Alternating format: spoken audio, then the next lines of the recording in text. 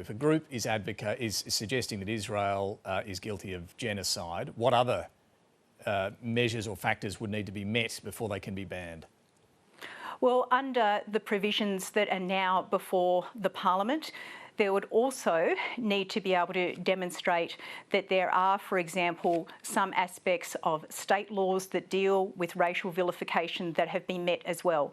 So the point I would make here, David, is that whilst these provisions have changed in response to the negotiations that have been undertaken with the opposition, they still represent a tight set of laws that can be implemented and are capable of interpretation, not only by a court, but also by our agencies. Okay, but just to be clear, if a group is saying Israel is engaged in genocide, or they're saying Israel should no longer exist, that is not enough for that group to be banned.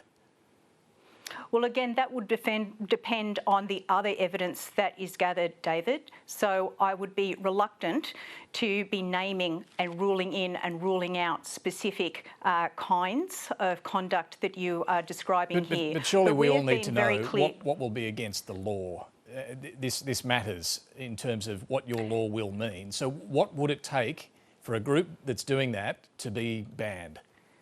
No, it certainly does. And your viewers have every right to know what the scope of this is, and we have been clear from the outset about the kinds of groups that we are seeking to bring within this regime.